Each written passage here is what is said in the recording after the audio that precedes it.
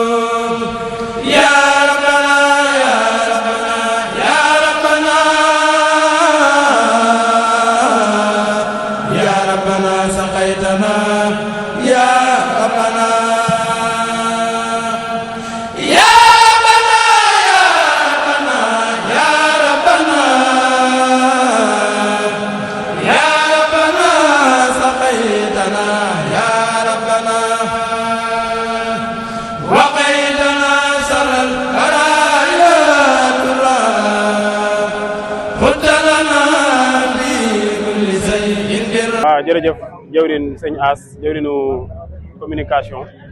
ñu ngi lay nuyu baax di la ziare di nuyu mbooreem koo xam ne mi ngi ci biir fondation ànd jëfal Serigne Saliou mel na ne comme ni ngeen ko gisee ci image yi tey ñu ngi fii ci daara ji nga xam ne moom la Serigne Cheikh mujjee tabax muy daara Taysirul Asir ñu ñëw fii tey ci ndigal loo xam ne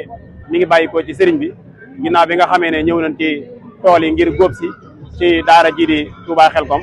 ginnaaw bi nga xamee yàlla dogal na ñu pare ci liggéey bi nag ñu ñëw fii ci daara ji di Taysirul Asir ci ndigalu Serigne bi ngir defaraat fii nga xam ne si ne mooy bërëb bi nga xam ne daara joo loo xam ne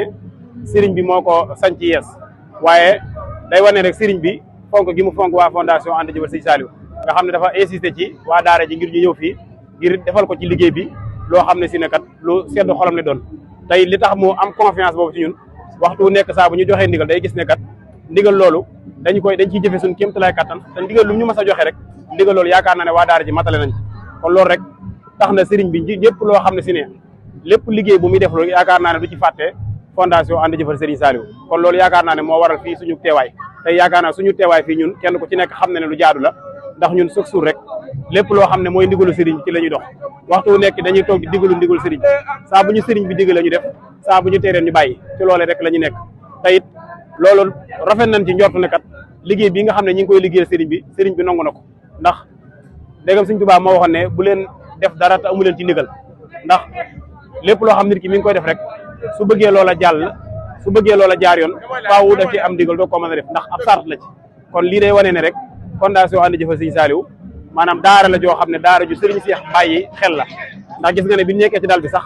bi ñenn ñi demee bàyyi fa ñenn ñi sëriñ bi dafa incité ci ne mbooleem waa daara ji yëpp ñëw jàpp ci liggéey bi ndax xam na rigueur bi nga xam ne moom la daara ji doxee ak saa bu leen sëriñ bi joxee ndigal dootuñu ànd ak seen sago te ndigal loolu yëgul kon loolu yaakaar naa ne moo fi nekk suñ présence fii tey ñu am ci xol bu sedd guy lool ndax daara ji kat yaakaar naa ne bu fekkee daara ju bees tàq la joo xam ne sëriñ bi mi ngi koy soog a tabax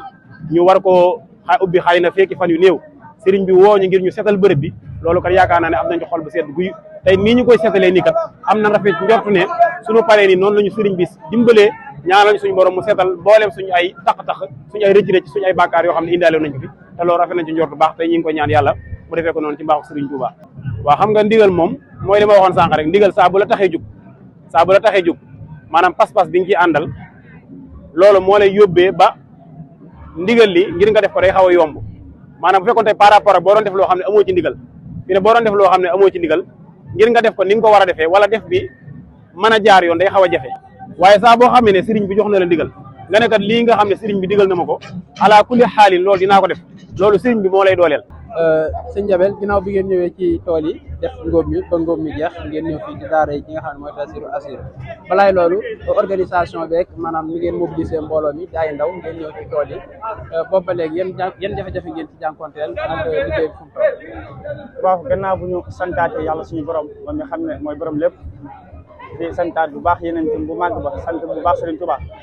di ñaanalaat bu baax a baax Serigne Cheikh moom Serigne Saliou moom mi xam ne mooy suñu bunt ci liggéey Serigne Saliou bi mu yàgg fi lool tewe ba yéen a jëm am ci liggéey bàyyam bu tedd bi